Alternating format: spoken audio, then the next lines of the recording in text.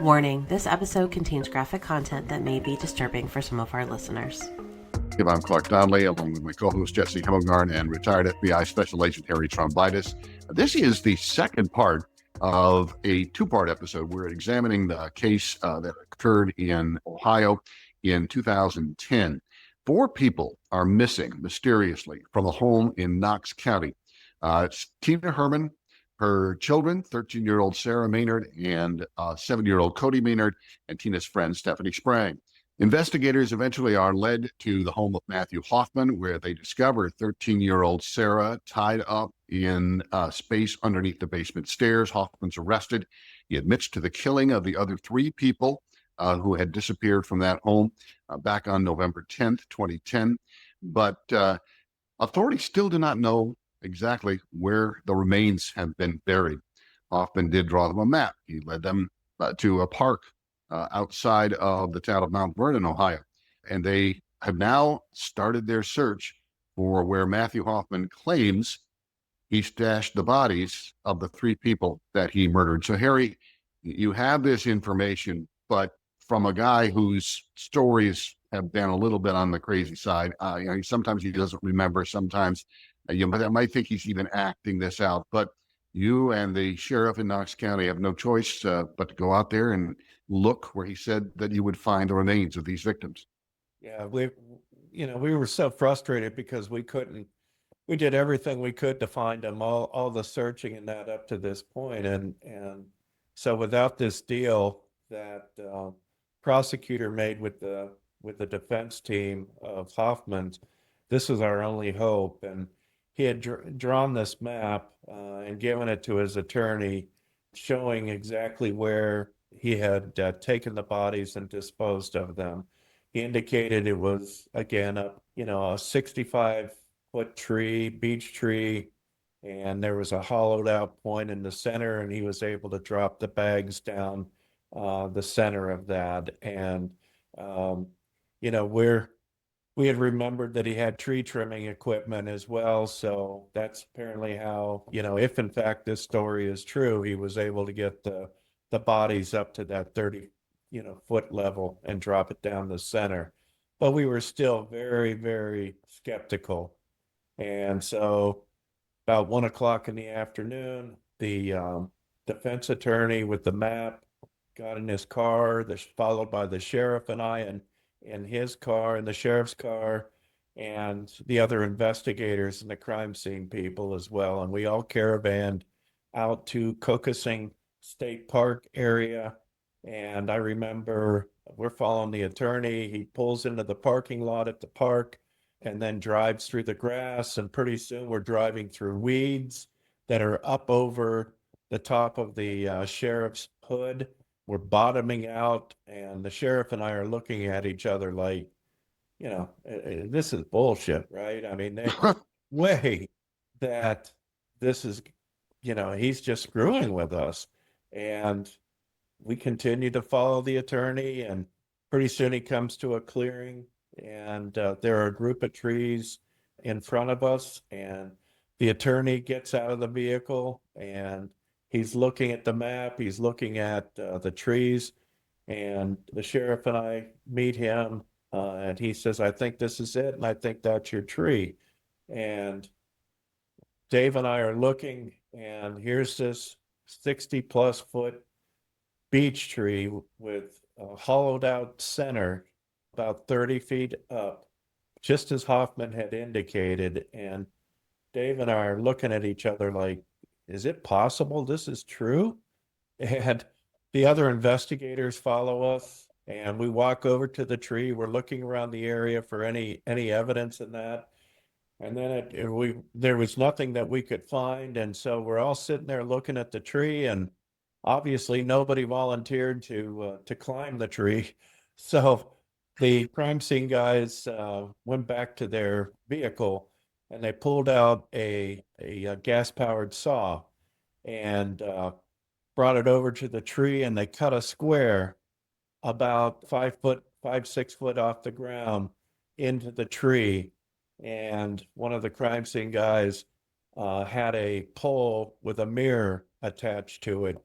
and he stuck it in the tree, and he's standing there looking. He looks up above the hole that we had cut towards the top of the tree. He doesn't see anything, and then he moves it around, and now he's looking at the bottom, and he goes, I see garbage bags down there.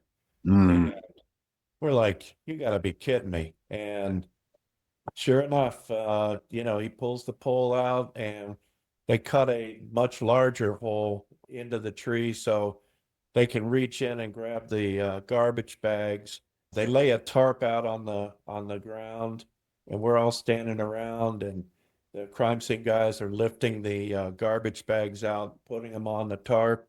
And sure enough, there were 7 garbage bags, just like Hoffman had said, and they're all laying on the tarp, and but we don't know what's in it. And I'm thinking to myself, is this really true? Could those be, human body parts inside there? One of the crime scene guys opens up one of the bags, cuts it open, and you can see body parts come tumbling Hmm. out of the bag. At one point, I saw, as they opened up another of the garbage bags, a woman's head. Again, I couldn't tell which woman it was. Hmm. Uh, Another point, I could see what appeared to be a young boy's head and some body parts. And they open up another bag, and there were some more body parts in there. And this time, the head of the dog came tumbling out and No. lands on the tarp. And I'm looking at him, and it looks like the dog is smiling. It's just like its teeth are, there. It was, of all the things that I remember that dog's face, like I'm looking at Well, it today. It was, It's haunting. I don't know yeah. how that would ever leave your oh, memory. it was, yeah, it was awful. I mean, so in fact, we had evidence that the 2 women and the young boy and the family dog, just like Hoffman had indicated, were placed in these garbage bags. So the crime scene guys said, okay, let's take him back to the morgue where we can do a better job of processing, the scene here and the bodies and that. So they carried the bags to the crime scene truck and put them in. The sheriff and I realized that he had some notifications to make, had to let the families know that the bodies had been found, and that we also had to notify the media.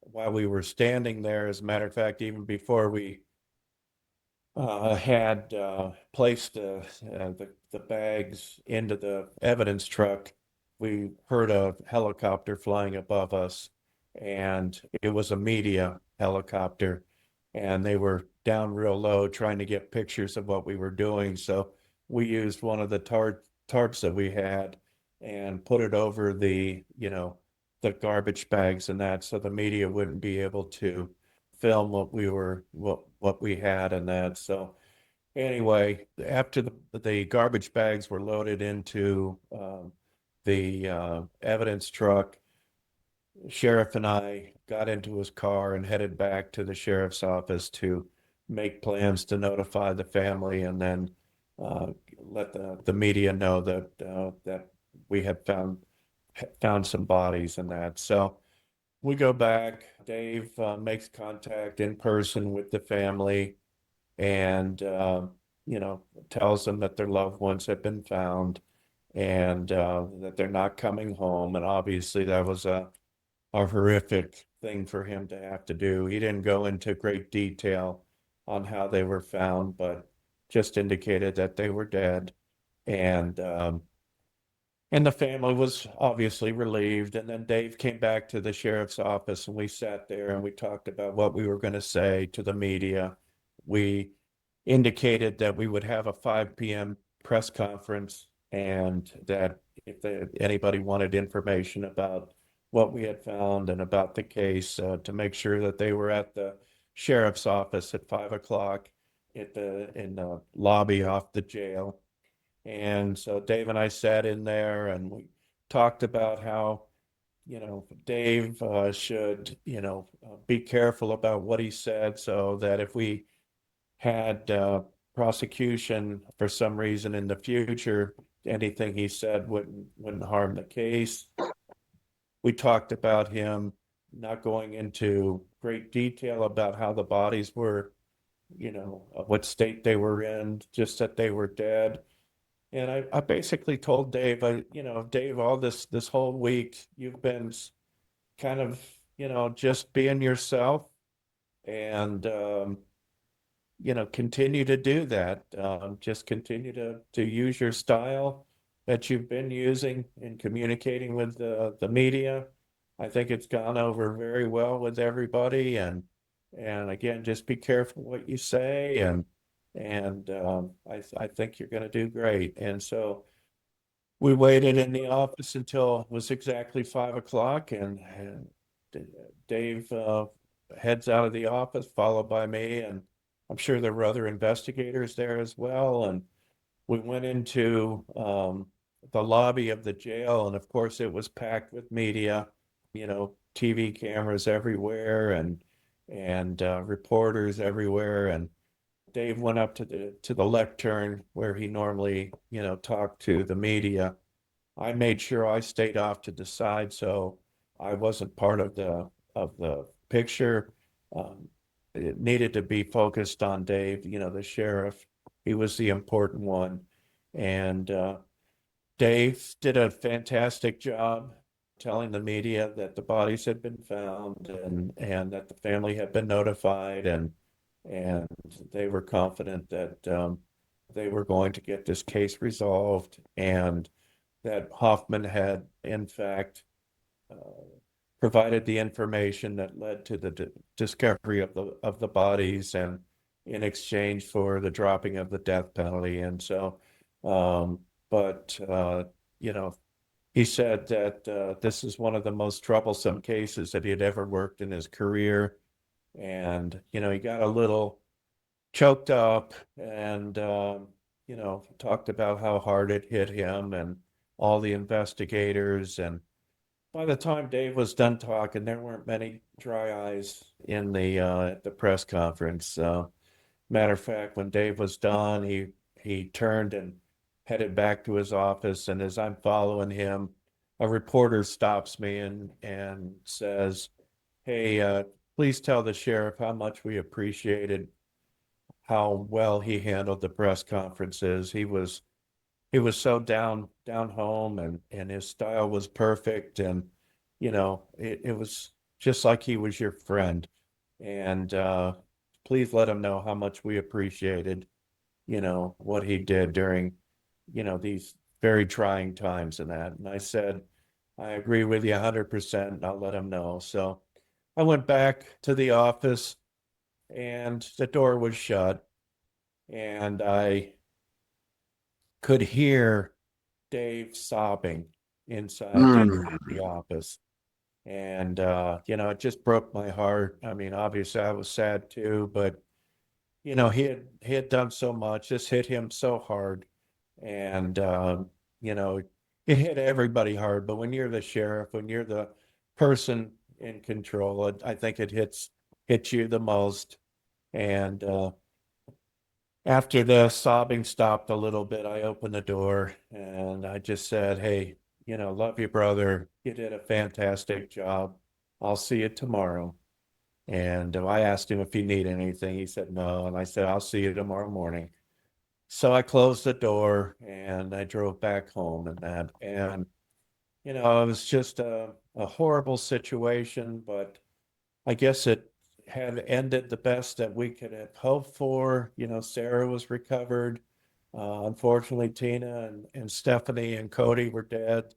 But, I guess the best that we could have hoped for at that point was had come to fruition, and we had found the bodies and were able to bring them back to their families and that. So that clearly was a goal that we had. And I remember that part of the deal was that Hoffman was going to write out a statement. He refused to talk to us in person, so he wanted to write out a statement.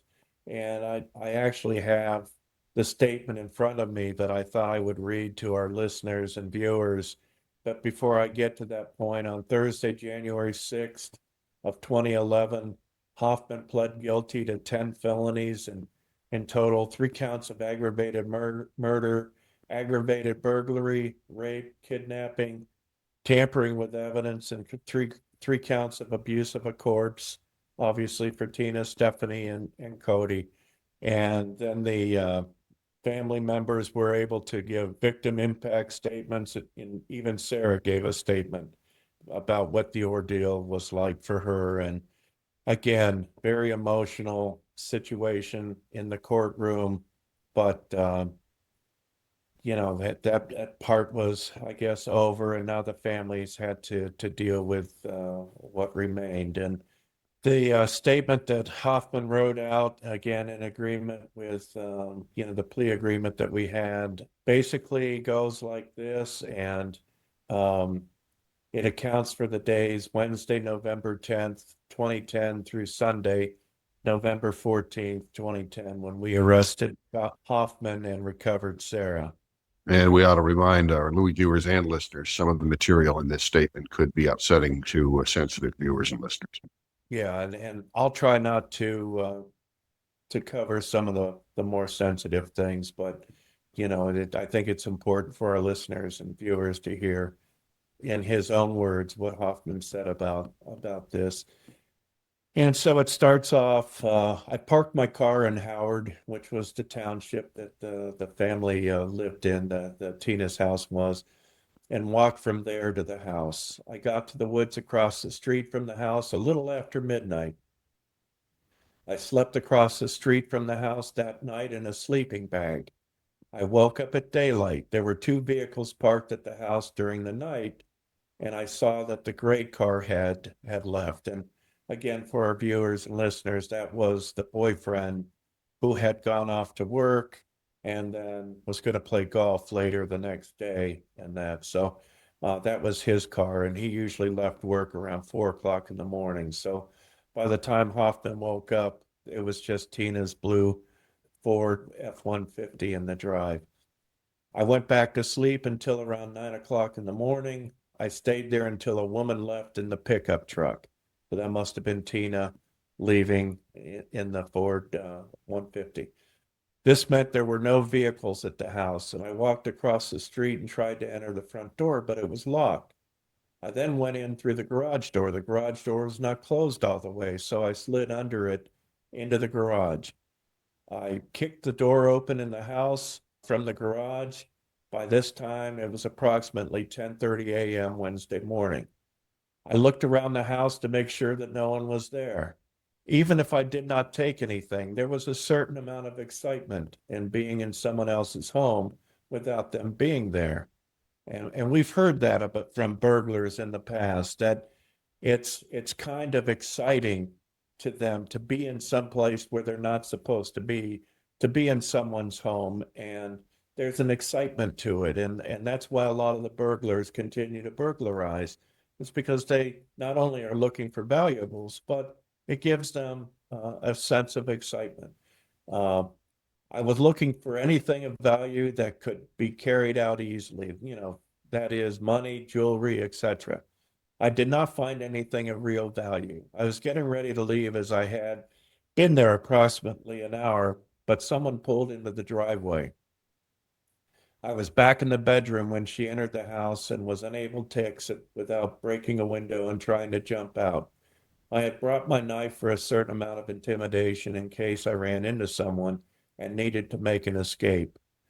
When she made her way back into the bedroom, I confronted her and made her get onto the bed lying face down. I believed that we were in her bedroom. I had a blackjack, and I was going to try and knock her out that way so I would be able to leave. I hit her a couple of times in the head, but this would not knock her out. It was not doing the job, and I started panicking. The next thing I knew, her friend came in the bedroom, her friend being Stephanie. I have no idea how she got there, what she was doing there, and how she gained access. The other woman yelled at me. There were now 2 to deal with, and I did not know what to do. I grabbed the knife that I had put down on the nightstand and stabbed the woman in the bed on the bed through her back once or twice. I chased the other woman down, which was Stephanie, and stabbed her a couple of times in the chest. Instead of running out of the house, she had run into another bedroom. I believe this bedroom was for a girl due to the contents of the room. I then went back to the other bedroom where the first woman was located and stabbed her a couple more times.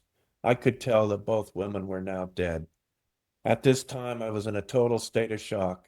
I wandered around the house slowly, coming to the realization of what I had done and how bad it was. During this time, I killed the dog because it would not stop barking.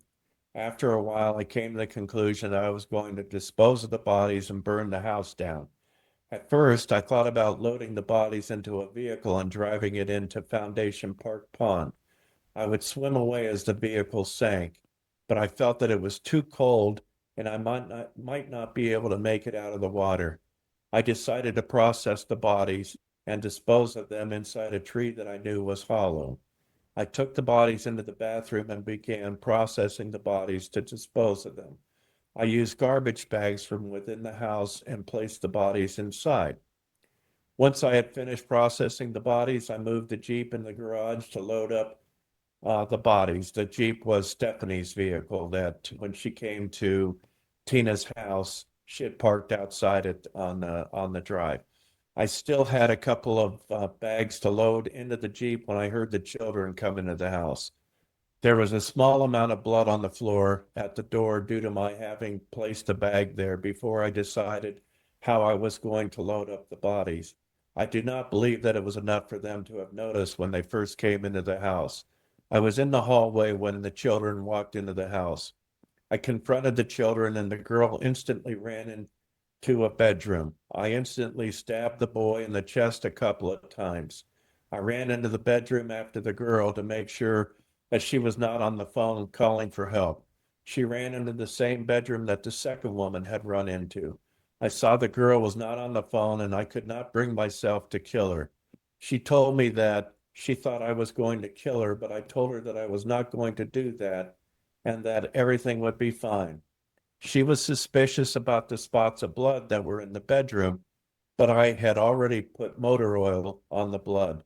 I told the girl that it was not blood. I told her that I had tased her brother and that he was fine but subdued, and that I would tie him up after I got her tied up. I had previously found duct tape within the house. I bound her hands, put a pillowcase over her head, and led her into the garage. I was looking for rope and was going to tie her up more securely. I did find rope and continued to bind her hands and feet. I then carried her back up into the kitchen. I did not want to harm the little girl, and I do not believe she saw anything. At some point in time, I learned her name from a baseball card on the fridge, her name being Sarah. I then began to process the boy. I took him into the same bathroom where I had done the other two women. Sarah was in the kitchen at this time. I loaded up the bags in the back of the Jeep. I gathered a bunch of blankets and placed them on the back seat of the Jeep. I carried Sarah down to the Jeep and laid her on the back seat of the pile of blankets. I then drove the Jeep to the ball fields on Pikeville Road. I walked back into Howard and got my car. I did this without Sarah as I had left her back at the ball fields inside the Jeep. And once I got in my car, I drove back to the ball fields. I believe that it was still an hour or so before dark. I waited until dark to transfer Sarah from the Jeep to my car. Once I had Sarah in my car, I drove her to my house and dropped her off. I felt that she was still sufficiently subdued, and I drove to McDonald's. I brought food back, removed all of her bonds, and we ate. I tried to comfort her, and I told her everything would be fine. I had to tie her hands back up as I still had to dispose of the bodies from within the Jeep. I made her a bed out of leaves, covered it with blankets, and placed her onto the bed. She liked that bed. It was extremely comfy, and I wanted to sleep on it. Now it was between 9 and 10 p.m. on Wednesday night. I fell asleep for a couple hours and I had set my alarm to go off at midnight. At this time, I drove my car up to the hunting preserve where I knew the tree was located. That's the Kokosing State Park area. At this time, I drove my car up. Again, I just repeated that. I dropped off my climbing gear. I took my climbing gear up first to ensure that if I were to be pulled over, I would not have the bodies and the climbing gear in the same vehicle. I also went up first in my car to scout out the area to make sure the Jeep would make it back to the tree. I also wanted to make sure there was no one else back there before I brought the Jeep up. On my way back to the ball fields, I drove to Walmart in Mount Vernon. I bought garbage bags and 2 tarps. There were too many little bags in the back of the Jeep, and the bags were not very thick. I drove back to the Jeep, parked down the road at the river. There was a canoe access point off the parking lot, and walked to the Jeep. I then drove the Jeep back to the hunting preserve and drove to the corner of the field where the tree was located. By now it was around 2:30 a.m. Thursday morning. It was taking a while to get everything into the tree. And by the time I had finished, it was getting to be daylight by the time I returned to the house in Apple Valley.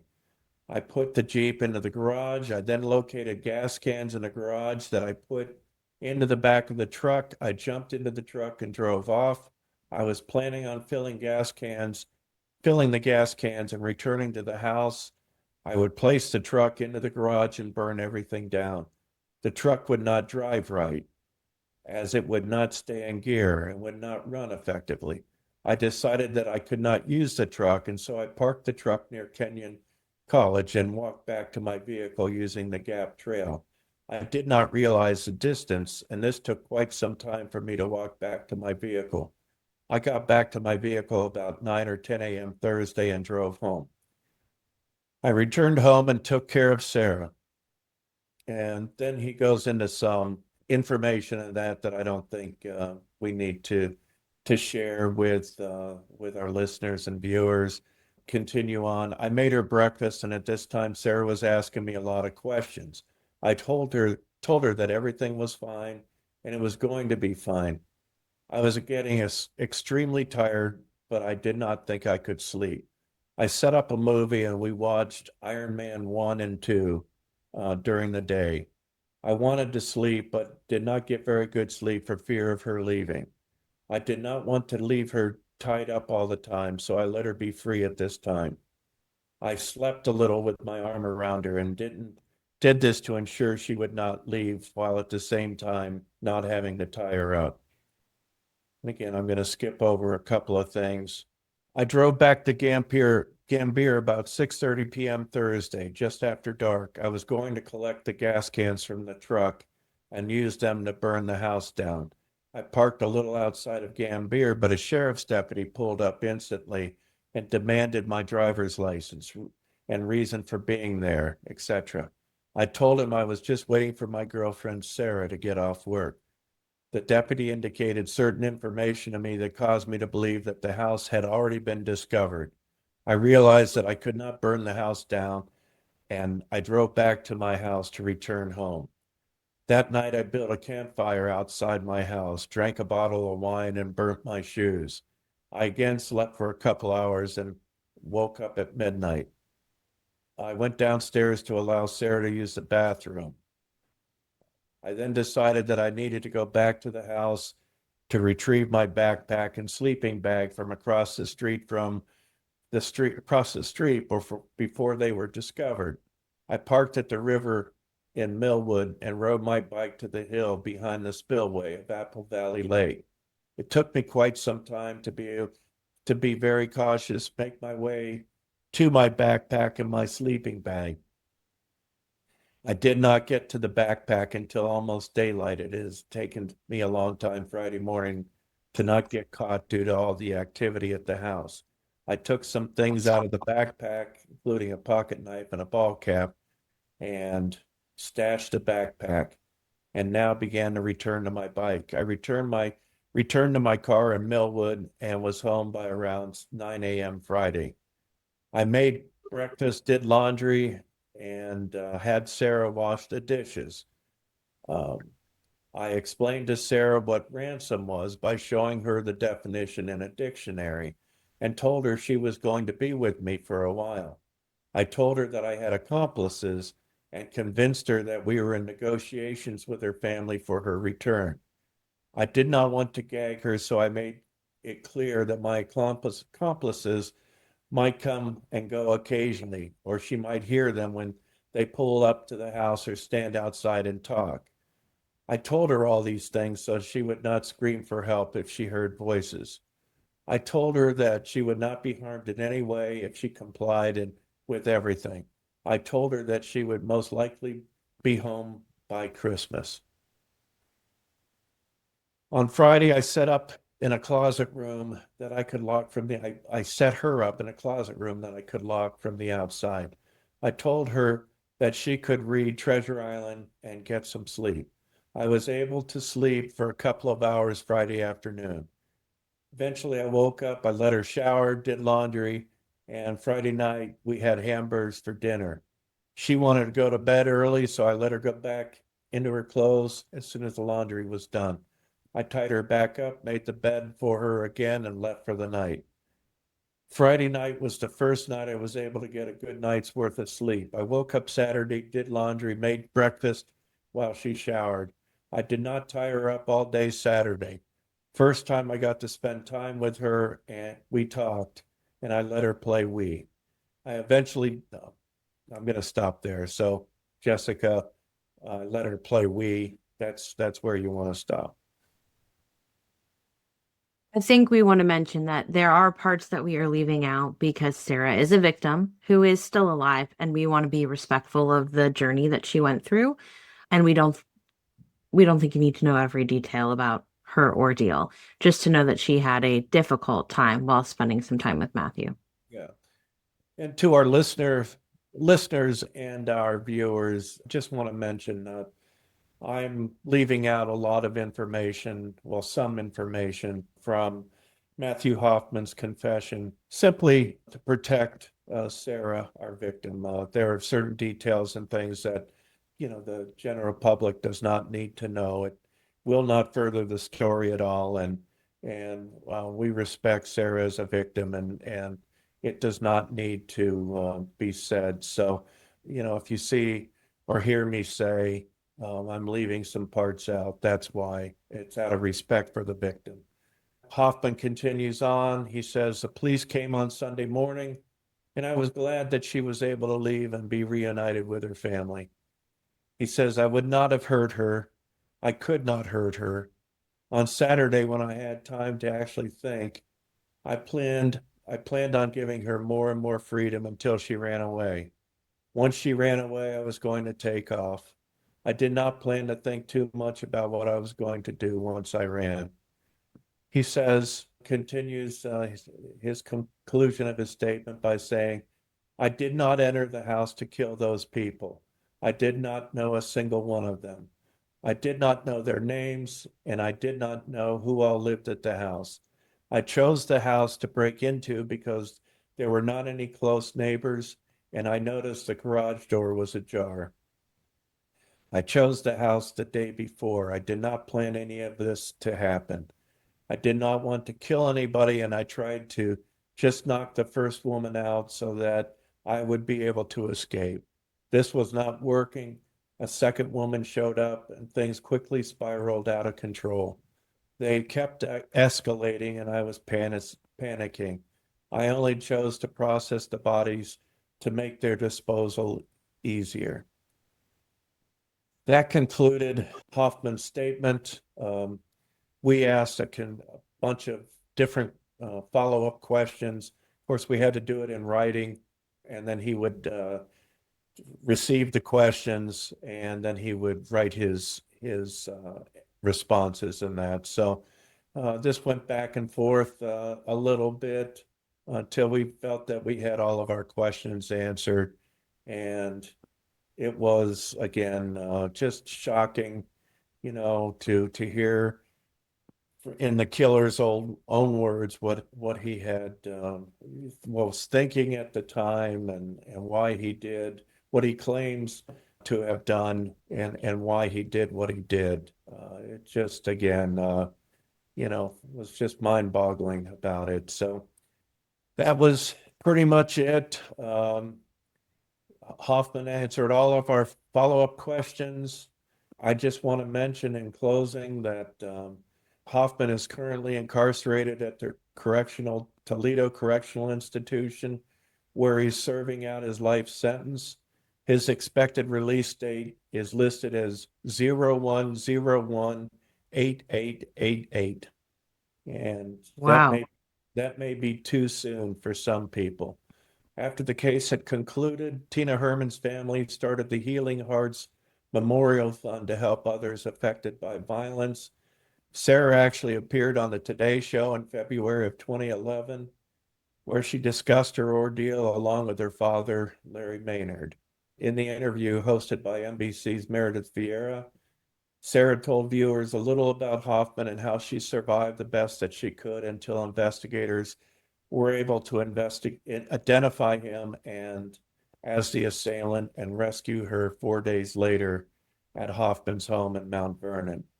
She stated that she was no longer afraid of Hoffman and went into some detail about Hoffman and his House of Leaves.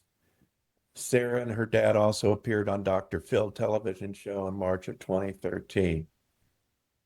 I do want to mention another very sad thing. In April of 2017, my friend and the former sheriff of Knox County, Dave Barber, was found in his home, apparent victim of a suicide. Dave had wrote a suicide note and then shot himself.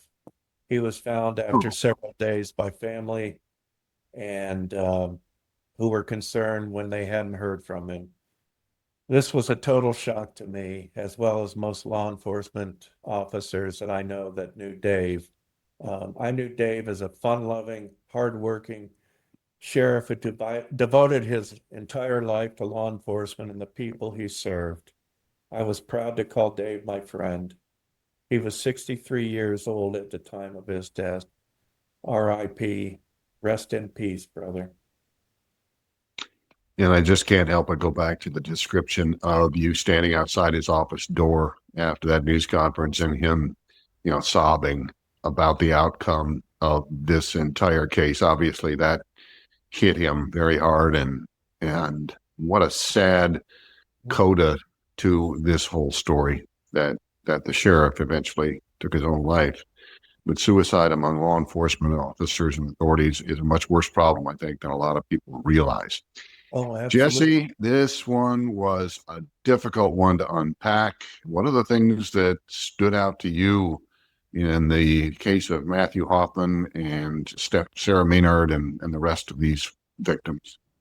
What didn't stand out to us? It's a very large case. One of my questions, I guess, and what stood out to me was the degree of potential mental illness in Matthew Hoffman. And my question is, did he ever undergo any psychological evaluation or anything like that? Because I know you remember saying one of the investigators did have a degree in psychology. So were there any insights into his mental state? Well, yeah, the court appointed a forensic psychologist to look into Matthew and talk with him, and yeah, there were some signs that Matthew had some issues in that, but they were not sufficient enough to cause, for example, an insanity plea or anything like that. He was aware of what he was doing. He knew that it was right. He knew right from wrong. So there was nothing substantial that was found in his analysis and that. So again, it's just a horrendous case, one that I never in my wildest dreams imagined I'd be working, that I would find the dead bodies, dismembered bodies of two women, a young boy and a family dog, in 7 garbage bags that were dropped down the center of a 60-foot tree.